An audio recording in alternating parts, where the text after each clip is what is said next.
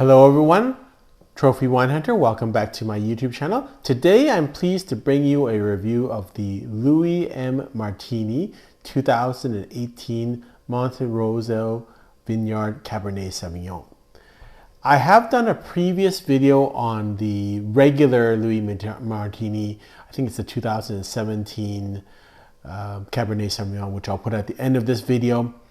This is an older winery, and this is probably a little bit young to drink this wine, but I just couldn't resist. I decided to open it. I purchased this wine at the 2024 Vancouver Wine Festival.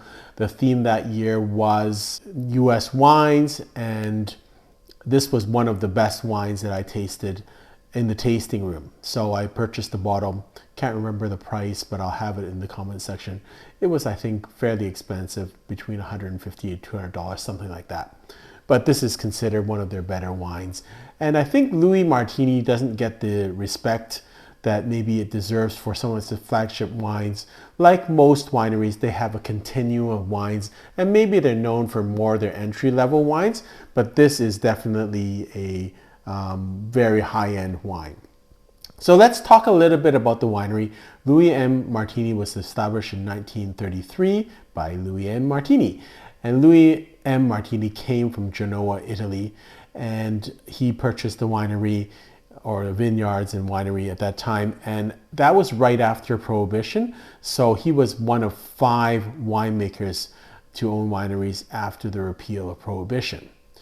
And it stayed in the family all the way until 2002, when E J Gallo purchased it, and now they own this. Monte Rosso is a very special and significant winery or vineyard site for Louis M Martini. So it was originally purchased in 1930s by the Martini family, and it was a mountainside wine ranch in the Sonoma County, and it was named Monte Rosso because of its red soils. So and it's also high elevation. So I'm going to read a little bit from the back of the label. The Monte Rosso vineyard is perched high in the Mayacamas Mountains, just west of the Napa border. Home to some of the oldest producing grapevines in California, Monte Rosso has yielded wines of unmistakable character for well over a century. The vineyard's iron-rich red volcanic soil imparts distinct notes of spice and earth in this Cabernet Sauvignon. And it's first planted in 1886. It's about 250 acres, southwest facing. The elevation is a high elevation between 700 and 1,300 feet above sea level, and the soil is red clay loam. About 1,340 cases of this wine is produced. And it's interesting because it was high elevation, a vineyard site, and at that time, for some early Monte Rossos, they were labeled as mountain fruit. And then now it's named after Monte Rosso, which is the actual vineyard site. The term mountain fruit actually came from the idea that I think grapes are grown in Monte Rosso. So let's have a taste of this wine. I don't have the exact blend of the wine. In general, I've seen other vintage of this wine. It's close to like 90+% Cabernet Sauvignon and a little bit of other varietals, but almost very large majority of Cabernet Sauvignon. So I've had this bottle now open now for quite some time, tasted it with a number of people, and actually tasted it with another entry-level US Cabernet Sauvignon, and most people could tell the difference. In fact, I think everyone could tell the difference of the quality of this wine. I always like to try and get a shot of the bottle. So this is kind of a dark label, but it is quite nice. I'm sorry, I've kind of stained it a little bit, but very simple design, very elegant. And then look at the color of that wine. It is very dark and very pleasing. If you look at the color, it's young, but it's a really dark, viscous. You can almost feel that it's very viscous in the glass. The alcohol content of this wine is a whopping 16.1%. So we've had this open now for probably a good 5-6 hours. I did not decant. It's been just sitting in the bottle, and we've almost gone through the whole bottle.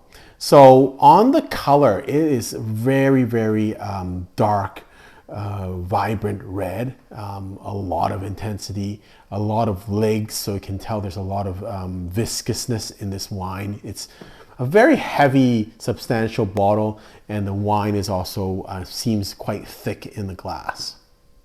On the smell, it's quite different than most Napa Cabernets that you have that are just like really dark fruit and oak and very heavy. This is quite light in terms of the smell, very pleasant, almost gives you a little bit of mandarin oranges. It does have the dark fruit, black currants, cassis, but also like some, almost like orange blossoms and a little bit of oak, maybe some mintiness. So quite refreshing. In terms of, it's not like so heavy and bulky like many of the Napa Cabs. It's quite light in terms of the quite pleasing in terms of the aromas, and so quite distinctive and really pleasing. Like again, it's not overpowering oak. It's almost like cedar or balsa wood, and really quite a distinctive and pleasant smell from my perspective. I now recall why I like this wine so much. There's so much fruit in this wine, and I love that it's not heavy. It's 16.1% alcohol, but you don't feel it because there's so much fruit in this wine.